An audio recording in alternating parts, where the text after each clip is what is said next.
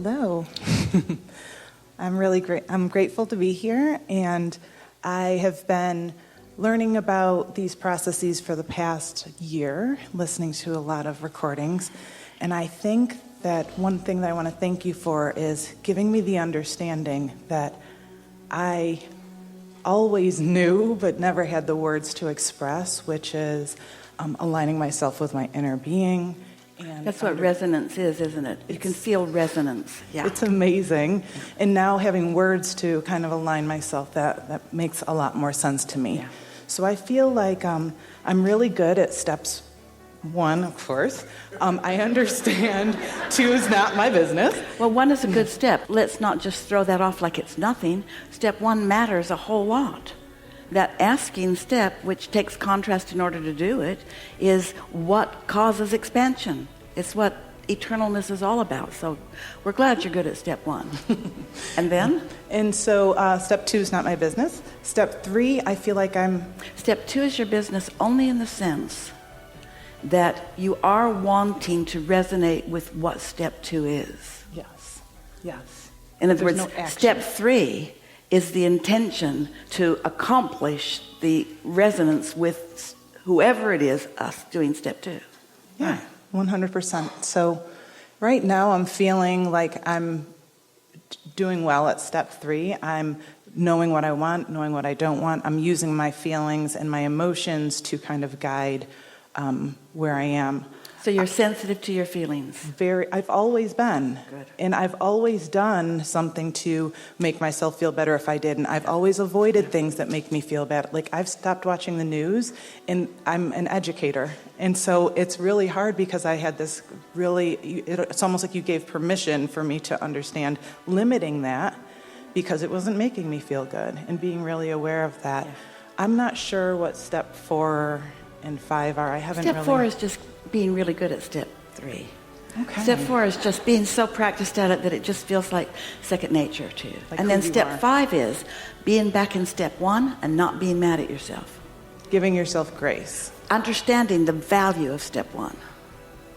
Not giving yourself grace like, well, you're doing something wrong, but it's okay. No, you're doing something valuable. You're still focusing, and you're still choosing, and you're still sifting and sorting.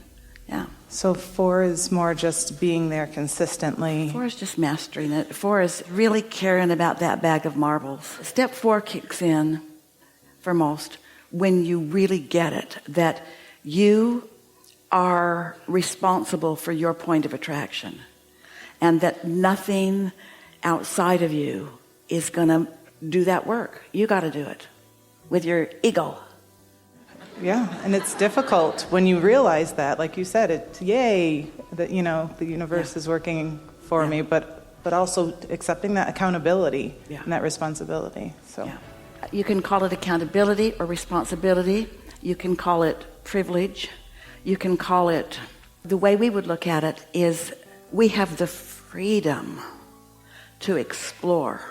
That's why we want you to be nice to yourself about step 1.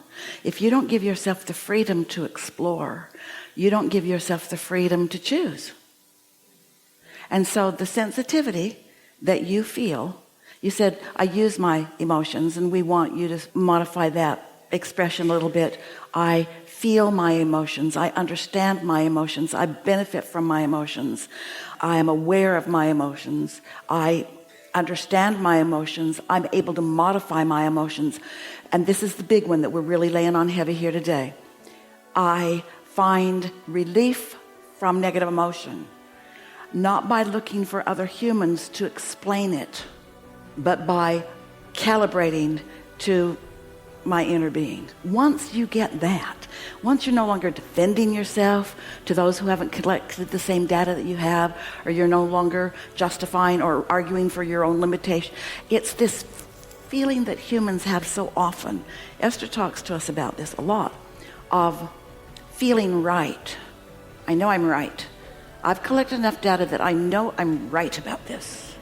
It feels terrible. I feel terrible, but I know I'm right. Well, when you feel terrible, there's another question to ask.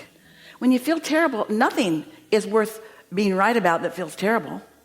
There are a whole lot of things that you can be right about that you don't want to mess around with. You don't want to attract them. You could be right that that police officer should not be out trolling for money and looking for ways to earn revenue because you're not wearing your seatbelt. You could be perfectly right about that. You could have a council of your peers voting, and they could all agree that that's just wrong. But we're just saying, when you push against anything, no matter how right you are, you attract the very thing you don't want into your experience. So if you think that you're not only right, but that you are clever enough that you can change the way the whole world is interacting with itself, then stand on your righteousness and be sure that you're right while you sacrifice your alignment with your inner being, because your inner being doesn't need to prove it's right. Yeah, it's not worth it. Your inner being knows it's love and knows blessed and knows value and knows good and knows kind. Your inner being is not measuring itself or you or anyone else against anyone else. And when you get that, you really let yourself off the hook in a big way. Definitely. I Yeah. appreciate that. Yeah. Thank you. Yeah.